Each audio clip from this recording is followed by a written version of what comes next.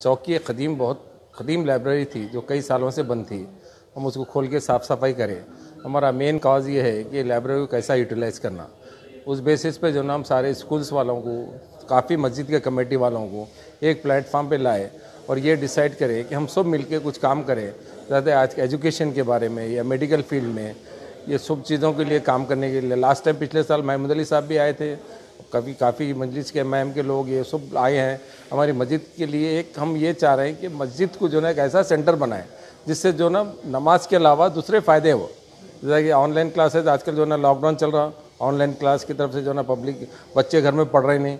हम ये बच्चों को ये चाह रहे हैं कि बच्चों को जो अगर मस्जिद को लेके आए तो असर से और मगरिब तक जो हम दीनी तालीम देंगे, उसके बाद जो ना उसको जो ना दुनियावी तालीम जैसा कि मैथ्स है, साइंस है, ये सब्जेक्टों में पढ़ाने के लिए कोशिश कर रहे हैं। इंशाल्लाह सारे लोगों का ताउन है।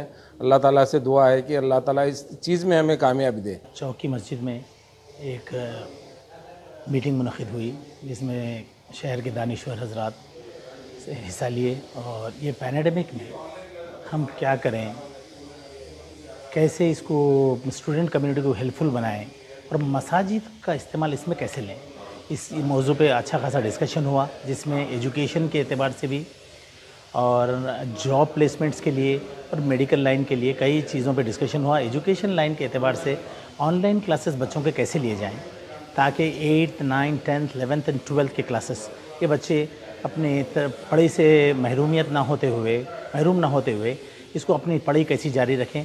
बहुत सारे स्कूल्स में फैसिलिटीज़ नहीं है ऑनलाइन क्लासेस की, तो एक मस्जिद को प्लेटफॉर्म बनाकर या तो मस्जिद को इस्तेमाल करें यहाँ पर क्लासरूम्स की शक्ल में, या फिर बच्चों को घरों पर, इसमें कई इदारों की मदद ली जा रही है। बहुत सारे शहर के जैसे इदारे हैं जो ऑनलाइन ऑलरेडी कर रहे हैं अपने बच्चों के लिए, उनकी मदद लेते हुए इंशाल्लाह आज एक डिसीजन लिया गया। हो सकता है आने वाले चंद दिनों में उस पर मोहर भी लग जाए।